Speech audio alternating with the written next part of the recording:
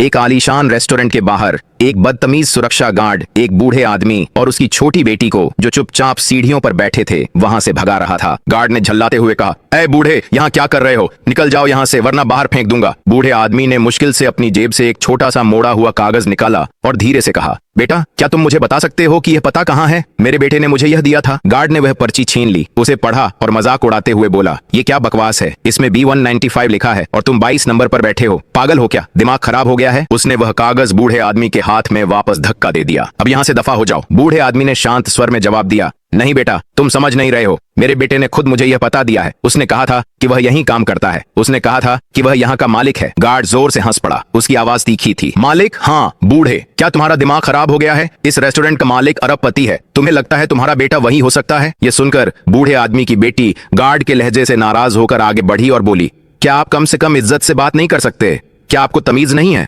उन्होंने तो बस एक पता पूछा था।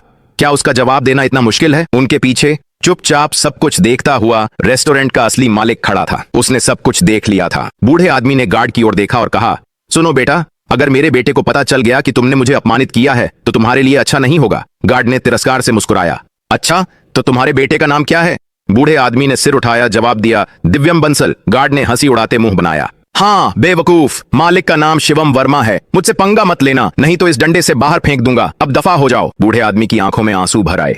उसकी आवाज भर्रा गई जब उसने कहा, मैं गांव से इसलिए आया था क्योंकि मेरे बेटे ने कहा था, पापा शहर आओ, मैं तुम्हारी बेटी की शादी के लिए पैसे में मदद करूंगा। लेकिन अब मुझे तो यह भी नहीं पता कि उसे कहां ढूंढूं। मैं क्या करूं? गार्ड ने हंसते हुए बेरहमी से कहा, तो फिर अपनी बेटी की शादी मुझसे क्यों नहीं कर देते? मैं अभी भी कुंवारा हूं। बेटी ने अपने पिता का हाथ खींचा।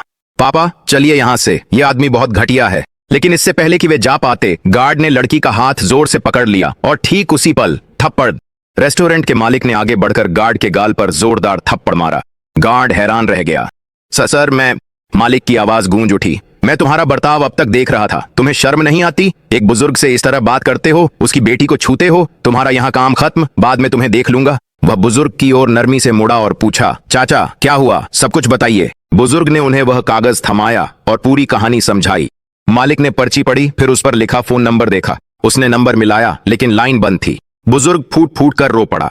बेटा, उसने मुझे नंबर दिया, पता दिया, अब हम कहां जाएं? मैं अपनी बेटी की शादी कैसे करूंगा? मालिक ने गहरी सांस ली और कहा, चाचा, लगता है आपका बेटा नहीं चाहता कि उसे ढूंढा जाए। चिंता मत कीजिए, जब तक हम उसे ढूंढ नहीं लेते, आप मेरे रेस्टोरेंट में ही रहेंगे। हमारे पास मेहमानों के लिए कमरे हैं। नहा लीजिए, खाना खाइए और आराम कीजिए। आप यहाँ सुरक्षित हैं। बुजुर्ग ने कृतज्ञता से हाथ जोड़ ली। उनकी आवाज कांप रही थी। बेटा, भगवान तुम्हारा भला करे। धन्यवाद मदद करने के लिए।